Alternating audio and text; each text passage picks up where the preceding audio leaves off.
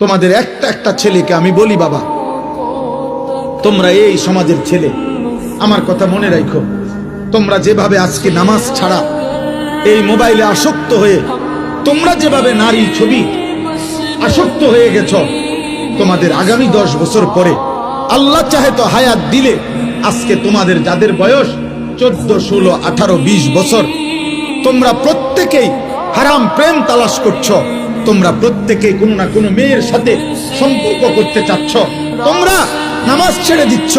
আমার আব্বা মনে রাখো, আগামী 10 বছর পরে, আগামী 15 বছর পরে হতে পারে তোমাদের তখন বিয়ের প্রয়োজন হবে, তোমার বোনেরও বিয়ে দিতে হবে, তোমারও বিয়ে করতে হবে। পবিত্র স্বামী তোমার বোনের জন্য একটা নেককার পবিত্র ছেলে কই বাবা, তোমার জন্য একটা চরিত্রবান মেয়ে কই পাইবা?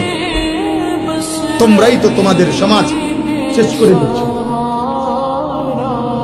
আমার কথা হাসি দিয়ে উড়াই দিও না, একজনও ভাইবা, একজন। তোমার সমাজ তো তুমি, তোমার যদি কোনোদিন এক ওয়াক্ত নামাজ পড়তে মন না চায়, তো তোমার সমাজের বাকি ছেলেদের কি অবস্থা? তুমি যদি দিবানিশি নারী ছবি দেখো, তোমার যদি সারাক্ষণ মোবাইলে উলঙ্গ ছবি দেখতে মন চায়, তোমার স্ত্রী যে হবে তার চরিত্র কি হবে? রাবেয়া বস্তি। তোমার বোনের যে স্বামী হবে, ওর চরিত্র কি হবে? ও কোত্থেকে আসবে? ও তো আলগা গ্রহ থেকে, মঙ্গল গ্রহ থেকে আসবে।